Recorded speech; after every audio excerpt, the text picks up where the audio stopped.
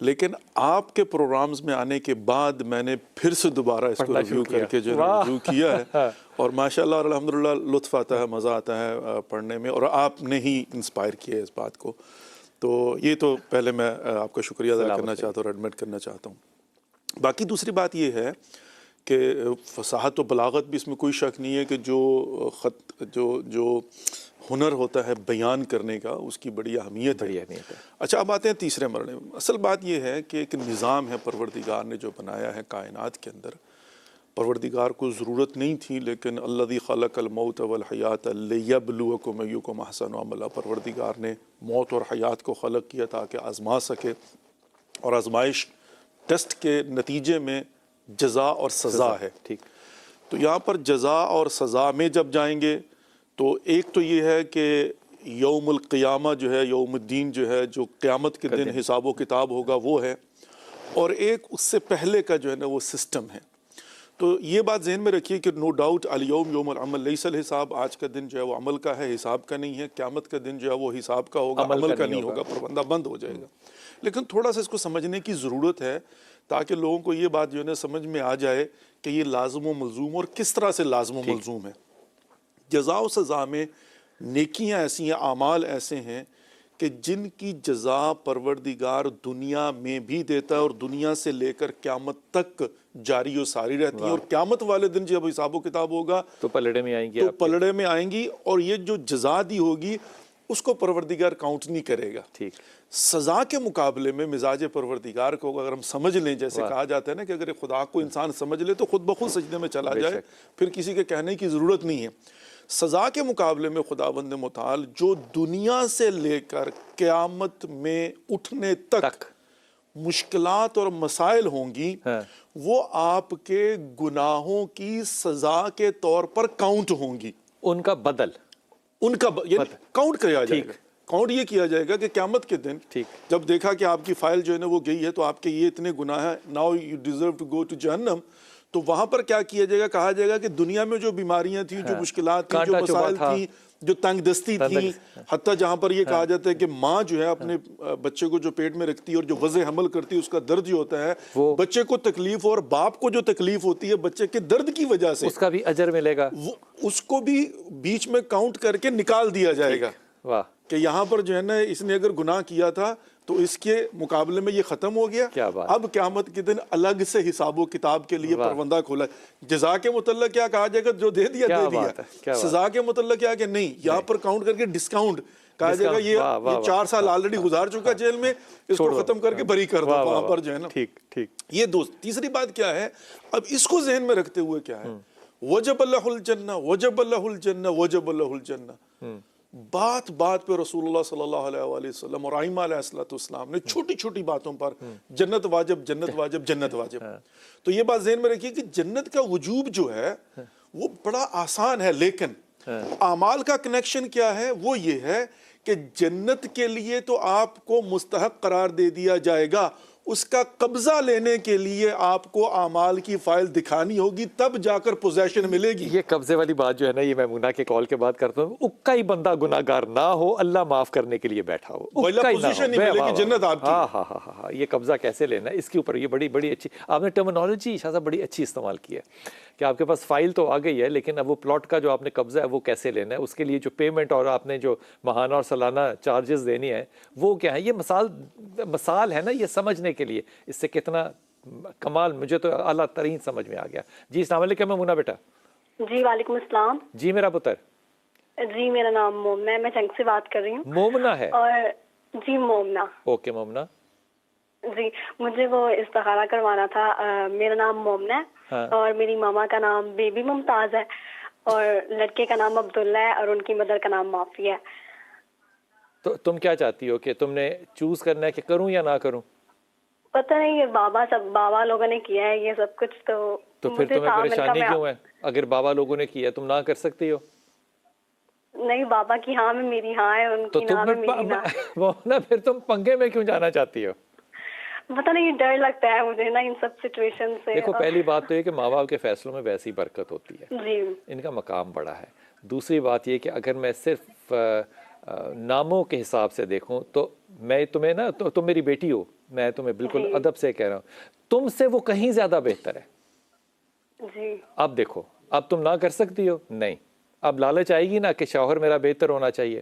یہ actually depend کرتا ہے, دیکھو دونوں بچے ہوتے ہیں نا, دونوں بیٹا بیٹی ہیں, اس لیے آپ جب یہ فیصلہ کرنے لگتے ہیں تو آپ نے دونوں کا سوچنا ہوتا ہے کہ دونوں کی برابری جو ہے وہ مجھے میری نظر میں ہونی چاہیے کہ دونوں ایک دوسرے کے, اگر مثال کے طور پہ کہ اب عبداللہ فون کرتا تو میں اس کو کہتا احتیاط سے چلو, کیونکہ تم ضد نہیں اٹھا سکو گے, تم نخرہ نہیں اٹھا سکو گے. وہ سیدھا آدمی ہے نا, ڈاؤن ٹو ارتھ ہے عبداللہ جو ہے, سیدھا آدمی ہے, ڈاؤن ٹو ارتھ ہے, نہ نخرہ اٹھانا ہے, نہ اس نے ادھر ادھر کی بات کرنی ہے, کام سے کام رکھنا ہے, کام کرنا ہے, گھر آنا ہے, سیدھا آدمی ہے جیسے آدمیوں کو ہونا چاہیے. اب وہ آج کل کی راکٹ سائنس کے اندر وہ ذرا تھوڑی سی کیفیتیں بدل گئی ہیں, لیکن یہ سیدھا آدمی ہے, اچھا آدمی ہے, ماں اس کی اچھی ہے, آپ بہت اچھی بچی ہیں, لیکن آپ کے مزاج سے وہ بہت بالا ہے, بہت اعلیٰ ہے.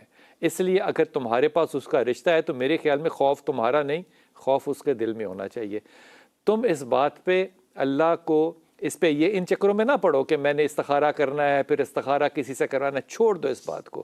ہی از اے گڈ پرسن. تم صرف یہ اللہ سے دعا کرو کہ اللہ میں نے اپنے ماں باپ کی تقلید میں ان کی بات کو, حکم کو مانا ہے, تو اس کے عوض میرے کاموں کے اندر برکت اور صحت ڈال دے. اللہ تعالیٰ آسانی کرے گا. It's one of the best relationships, one of the best relationships انشاءاللہ تعالیٰ. جی السلام علیکم. السلام علیکم. جی ہے نا بیٹا.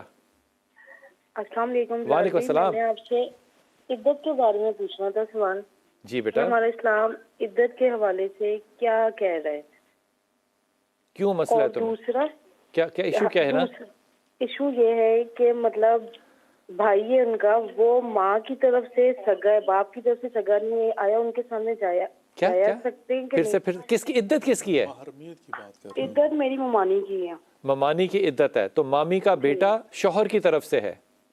ہاں جی. نہیں ہاں مامی کا جو بھائی ہے نا, ہاں وہ مامی کا مطلب ریلیشن ان کا ہے, چاچی کا اور چاچے کا بھی ہے. جو ممانی ہے میری, وہ ان کی چاچی بھی لگتی ہیں. اب اس ایک ریلیشن سے ان کی چاچی بھی لگتی ہے, دوسرے سے ان کی بہن بھی لگتی ہے. ماں سے وہ دونوں بہن بھائی ہیں, اور دوسرے ریلیشن سے وہ چاچی کی مطلب بیوی لگتی ہے. تو کیا وہ ان کے پرابلم کیا پھر؟ بیسک ریلیشن شپ تو ماں کا ہوا نا, ماں کی طرف سے بہن بھائی. باپ کی طرف سے بہن بھائی نہیں ہے, ماں کی طرف سے. کیوں نہیں جایا جا سکتا؟ محرم رشتہ ہے. عدت میں وہی محرمیت کی تو بات کر رہے ہیں, تو ماں سے اگر دودھ پیے تو محرم ہے. ختم ہو گئی بات. باپ نہ بھی ہوں تو یہ جو عدت کا وقت ہے یہ 4 ماہ 10 دن ہے, یہ بنیادی طور پہ نا, یہ بنیادی طور پہ غم کے ہیں نا, ورنہ تو غم 3 دن کا ہے, لیکن یہ بیوی کے اوپر ہے. اب اگر رشتہ محرم ہے تو اس پہ تو سوال ہی نہیں پیدا ہوتا نا کہ اس پہ کوئی رائے دی جا سکے. اگر وہ دودھ پیتا بھائی بھی ہوتا تو پھر بھی وہ محرم تھا. وہ تو سکی ماں سے. ٹھیک ہے, بس یہی کنفرم کرنا تھا. جی صاحبہ السلام علیکم. وعلیکم السلام. جی میرا پتر. جی انکل, میں نے یہ جاننا ہے اپنے رشتے کے بارے میں کہ میری نام. وعلیکم السلام. جی میرا پتر. جی ٹی وی بند کر دے گی سائقہ, ٹی وی بند کر دے بیٹا. اچھا ٹی وی بند کر. امی ٹی وی بند.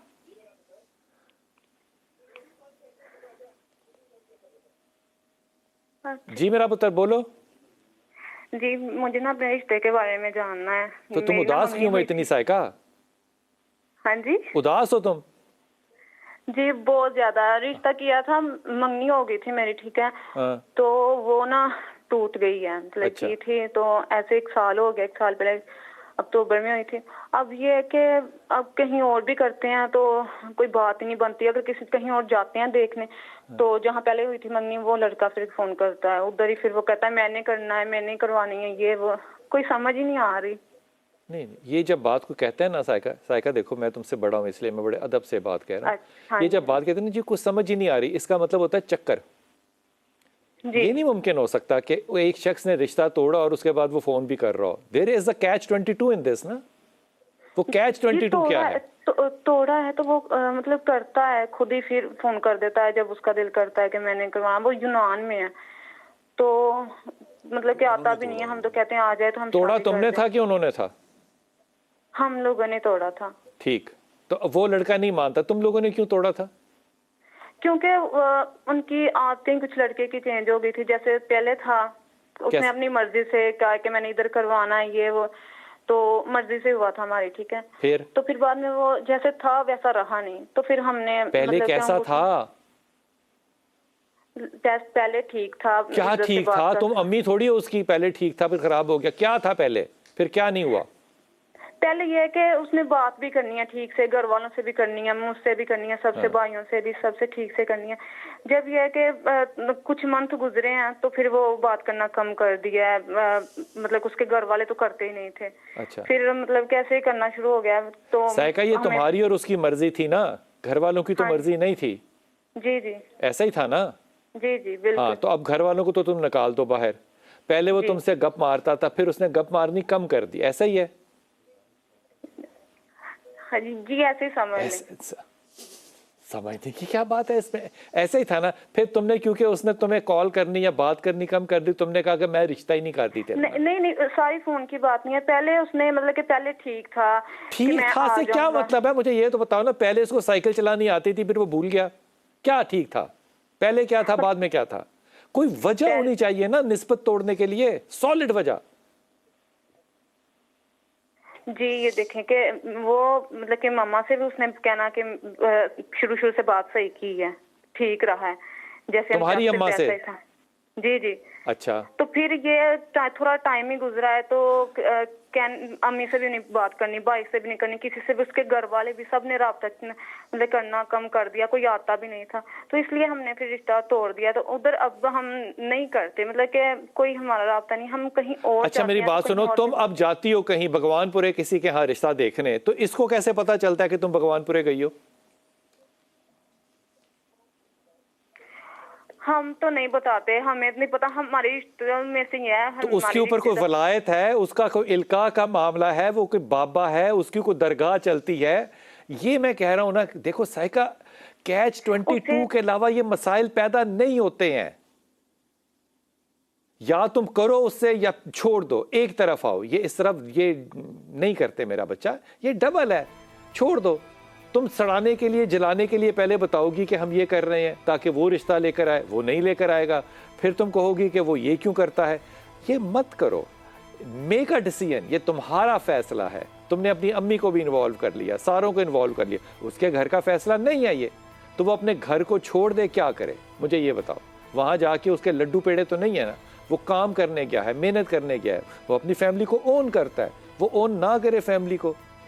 یہ unless you can be straight and 100% dead honest, believe me سائقہ, یہ مسائل اسی طرح تم خود اپنے کمپلیکیٹ کرو گی. ڈونٹ پلے ڈبل میرا بیٹا.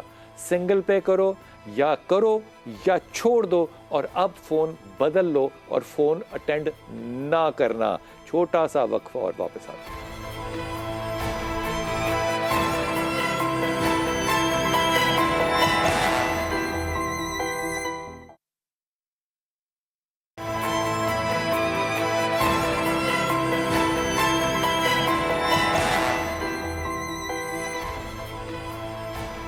بسم اللہ الرحمن الرحیم. آقا آپ نے کہا کہ ایک جنت جو ہے وہ واجب ہو گئی, جنت واجب ہو گئی. جنت واجب ہونے کا مطلب یہ نہیں ہے کہ جنت مل بھی گئی, یہی فرما رہے ہیں نا آپ؟ بالکل ایسے ہی. تو وہ کیوں نہیں مل گئی؟ جب واجب ہو گئی تو پھر کیوں نہیں مل گئی؟ اس میں راستے میں رکاوٹ کیا ہے؟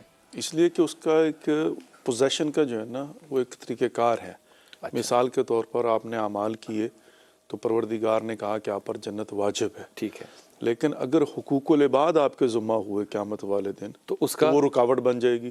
ٹھیک. وہ آپ کے لیے جنت موجود ہے, اس کا حساب و کتاب آپ کو حقوق العباد سے مراد ہے میں نے کسی کا حق مارا ہے, آپ نے حق مارا, کسی کی غیبت کی ہے, ٹھیک ہے, کسی پر ظلم کیا, کسی کا مال کھا لیا, کسی کو گالی دی, کسی پر تہمت لگا دی, اب وہ برابر ہوگا وہاں پہ. تو وہ وہاں پر جو ہے نا پہلے اس کا حساب و کتاب دیں گے. ہو سکتا ہے کہ آپ پر 50 جنتیں جو ہے نا اس کے اندر 50 پلاٹ جو ہے نا آپ پر واجب ہوئے ہوں, لیکن نمبر الاٹ نہیں ہوں گے. لیکن وہاں پر جا کر حساب و کتاب میں انہی میں سے آپ دیں گے نا اٹھا کر, وہ دیں گے. اچھا اب یہ بات زیادہ سمجھ میں آتی ہے, جیسے کہ وہ آخری وقت کے اندر ایک انسان جو ہے وہ اپنے اعمال کا پہاڑ لے کے گیا, کسی کے پاس نہیں تھا, تو وہ پہاڑ وہ دیتا چلا گیا, پھر وہ گناہ بھی ایکسچینج ہوتے چلے ڈیفیسٹ میں چلا گیا نا. یعنی جب دیکھا کہ نیکیاں ختم ہو گئیں تو اب کہا کہ اس کے گناہ اپنے ذمہ لو. یعنی جو اس کی جہنم ہے اب تم اس میں جاؤ, تو جہنم اس کی نہیں تھی, اس کی تھی.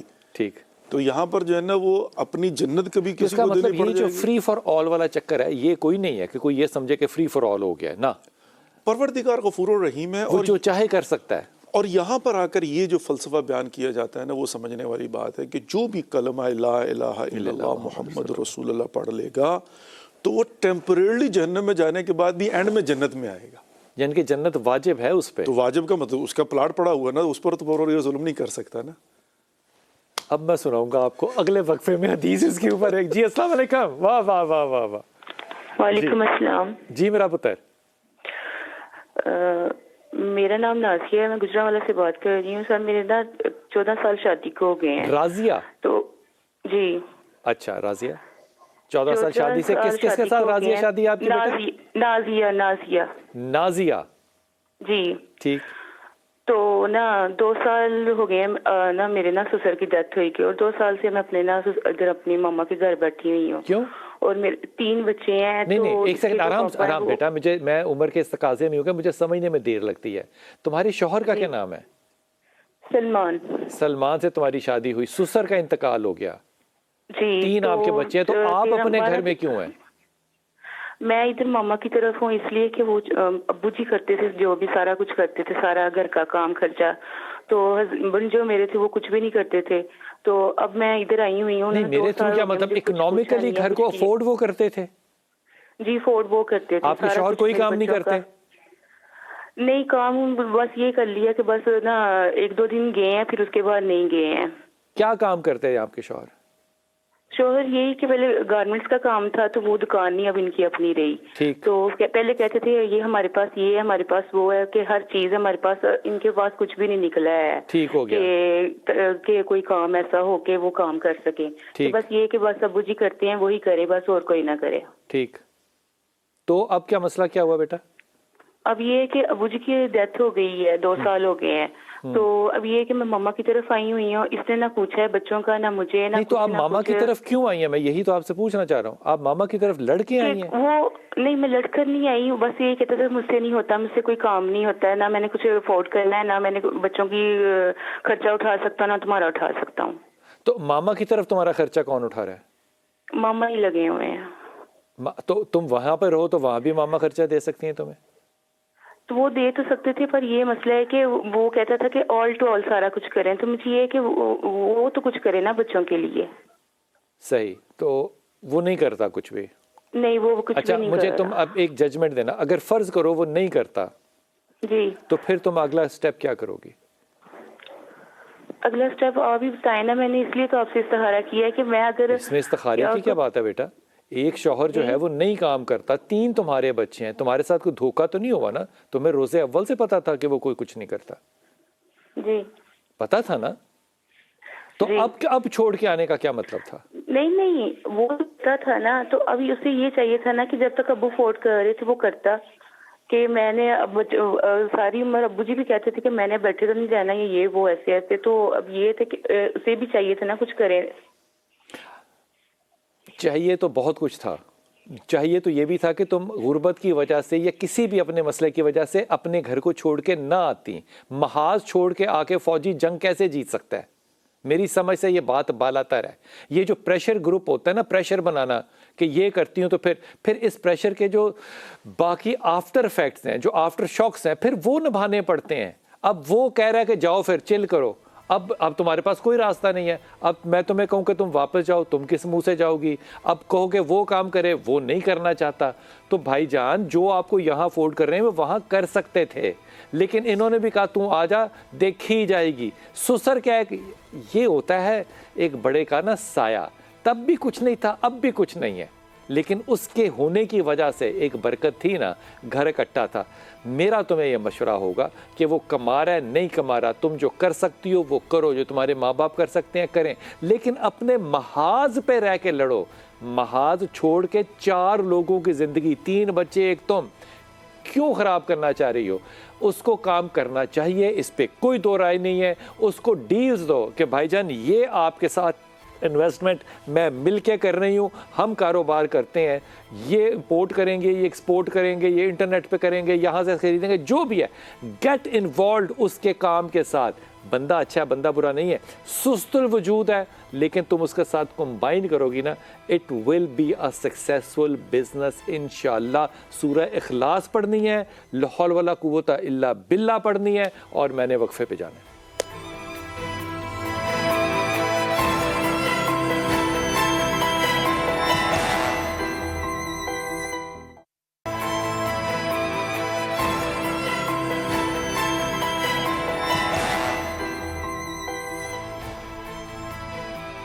بسم اللہ الرحمن الرحیم. میں تمام بچوں سے ایک بڑی دست بدست یہ درخواست کرتا ہوں. دیکھو یہ میں بات آپ کے سامنے رکھ رہا ہوں, مجھے بتائیے گا میں غلط کہہ رہا ہوں تو مجھے درست کیجیے گا, کہ جب بھی آپ کسی کے سامنے اپنے مسئلے کو رکھتے ہیں, مشورہ دینا جو ہے وہ امانت ہے, اس پہ تو کوئی دو رائے نہیں ہے.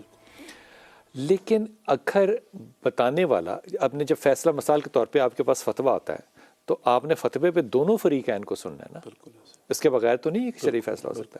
جب میں کالر کی بات سن رہا ہوں تو میں ایک فریق کو سن رہا ہوں, دوسرے کو تو نہیں سن رہا. دوسرے کو تو میں اپنے تائیں جج کروں گا, اس لیے میں کوشچن آنسر بھی کروں گا. کیا یہ ممکن ہو سکتا ہے کہ جھوٹ کی بنیاد پہ فتویٰ یا مشورہ جو ہے وہ بھی امانتی ہو؟ اصل میں فتویٰ جو ہوتا ہے اس میں, اور بہرحال فیصلے کے اندر تھوڑا سا فرق یہ بھی ہوگا کہ فتویٰ اپنے شریعت کے مطابق جو حکم شرعی دینا ہے, لیکن ڈیفینیٹلی ڈپینڈ یہ کرتا ہے کہ جو پوچھنے والا سوال کر رہا ہے اس کی بنیاد کیا ہے. اگر وہ آپ کو ایک پریزنٹ کرتا ہے کویسچن کو, اور جو بیسس وہ بیان کرے گا آپ اس کے مطابق جو ہے وہ فتویٰ دیں گے یا حکم صادر کریں گے, جس کا مطلب یہ ہوا کہ اس حکم کا حقیقت سے جو ہے نا وہ ہونا ضروری نہیں ہے. بائن مانا کہ اگر آپ کو حقیقت ہی نہیں بتائی گئی, سے تعلق ہے اس کا. بالکل, اگر آپ کو حقیقت ہی نہیں بتائی گئی تو پھر اچھا, جب ایسے معاملات کے جہاں پر آپ شرعی طور پر, اخلاقی طور پر, معاشرتی طور پر یا مشکلات کو حل کے لیے آپ جب کویسچن پوچھنا چاہتے ہیں, تو میں یہ مشورہ دوں گا جس کا طریقہ کار یہ ہونا چاہیے, سب سے پہلے کویسچن کرنے سے پہلے اپنے اندر ریویو کر کے اپنے آپ سے آنیسٹ ہو جائیں, چونکہ سب سے پہلی اوپینین جو ہے نا انسان کی اپنی, انسان اپنے آپ سے تو جھوٹ نہیں بول سکتا نا. تو پہلے بیٹھ کر خود اپنے اندر جو ہے وہ بیٹھ کر جو ہے نا اس کو ریویو کرے. ریویو کرنے کے بعد میں تو یقین سے کہہ سکتا ہوں کہ جب آنیسٹلی بیٹھ کر انسان سوچے گا نا تو وہیں پر معاملہ ختم ہو جائے گا. لیکن وہاں پر اگر معاملہ ختم نہیں ہوتا, پھر مشورے کی منزل پر جب آپ آتے ہیں تو بی آنیسٹ, وہ بتائیں. ہاں اگلی بات یہ کہ پسند نہ ہے تو نہ قبول کریں, لیکن بتائیں کم از کم جو ہے نا آنیسٹلی. شاہ جی یہ بتائیے کہ عام طور پہ لوگ یہ پوچھتے ہیں کہ جی میں نے ڈیورس لینی ہے, اس پہ استخارہ چاہیے. استخارہ ڈیورس پہ کرنا چاہیے؟ بڑا ٹیکنیکل سی بات ہے ویسے. یہ اصل میں کر سکتے ہیں. دیکھیں استخارہ کیا ہے, استخارہ تیسری منزل ہے. پہلے تو آپ جو ہے نا زمینی حقائق کو دیکھیں, نمبر 1. نمبر 2 یہ ہے کہ آپ مشورہ کریں. اس کے باوجود اگر کنفیوژن برقرار رہتی ہے تو اطمینان قلب کے لیے آپ اللہ سے طلب خیر کرتے ہیں. اچھا اب ظاہر ہے جو ڈیورس ہے در حقیقت اللہ کی ناپسندیدہ ہے, لیکن اس کے اندر بھی در حقیقت تو اسی لیے پروردگار نے ایگزٹ رکھا ہے نا کہ اگر اس قدر عذاب میں ہو تو پھر خیر اسی میں ہے کہ ایگزٹ کر لو. لیکن بعض اوقات انسان کو یہ ہوتا ہے کہ انسان یہ سمجھتا ہے کہ یہ ورڈس ہے, اس کو یہ نہیں پتا ہوتا کہ اس کے بعد کتنا ورڈس ہوگا نا. تو استخارہ تو بنتا ہے یہاں پر. اگر انسان جو ہے نا کنفیوژن کا شکار ہے, چونکہ ظاہری طور پر تو انسان کو لگتا ہے کہ میں نے بس, جیسے کہتے ہیں نا کہ اب تو کہتے ہیں کہ گھبرا کے کہتے ہیں کہ مر جائیں گے, مر کے بھی چین نہ پائے تو کہاں جائیں گے. بھئی یہاں پر تو انسان کہتا ہے نا یہ ختم, لیکن یہ کہ اس کے بعد کے جو مراحل ہیں وہ انسان کو نہیں پتہ ہوتا. تو اللہ سے استخارے کا مطلب جو ہے نا وہ طلب خیر کرنا ہے, اور یہ خود ہی کرنا چاہیے, دعا مانگنی چاہیے. بیسٹ یہ ہے کہ انسان خود کرے. ویلا پھر یہ ہو کہ بہترین قرآن پاک سے, قرآن پاک کی آیات کو سامنے رکھتے ہوئے جب انسان دعا کے بعد کرتا ہے تو پھر اللہ رب العزت کے مزاج کے مطابق جو آیات آتی ہیں, اگر وہ رحمت کی آیتیں ہیں تو اس کا مطلب یہ ہے کہ آپ کے لیے اچھا ہے. یہ میں نے تجربے بڑی دفعہ کیے ہیں جی, اور بڑے سپر فٹ ہوتے ہیں اور ایسے ایکوریٹ ہوتے ہیں کہ میرا ذاتی تجربہ یہ ہے کہ جب کوئی مجھ سے استخارہ کرواتا اور میں قرآن سے اس کو بیان کرتا ہوں, وہ کہتا ہے میں نے آپ کو سوال تو نہیں بتایا تھا. تو میں تو بھائی میں نے تھوڑی کوئی بڑی مہربانی, خدا کی قسم. میں یہ بات ان کی سن کے نا میرے رونگٹے سارے جسم کے کھڑے ہو گئے, کیونکہ یہ ایسے لگتا ہے جیسے اللہ آپ سے کہہ رہا ہے, حالانکہ وہ اللہ کے تو قرآن لکھ چکا ہوا ہے نا, وہ لگتا ہے جیسے اللہ کہہ رہا ہے آپ سے. لیکن میں پھر بھی کہوں گا کہ جب آپ نے یہ فیصلے کرنے ہو تو یہ زندگی میں سوچئے گا کہ جب آپ کی اولاد آ جائے نا تو پھر یہ فیصلہ صرف آپ پہ نہیں, اس کا جو اثر ہے وہ آپ کے بچوں پر بھی جائے گا. ذمہ داری کی بات ہے, اس لیے احتیاط اور میرے خیال میں عاجزی کا استعمال جو ہے وہ والہانہ کرنا چاہیے. اپنی دعا میں یاد رکھیے گا. اللہ آپ کو سلامتی دے اور سلامتی بانٹنے کی توفیق عطا فرمائے. ہیں.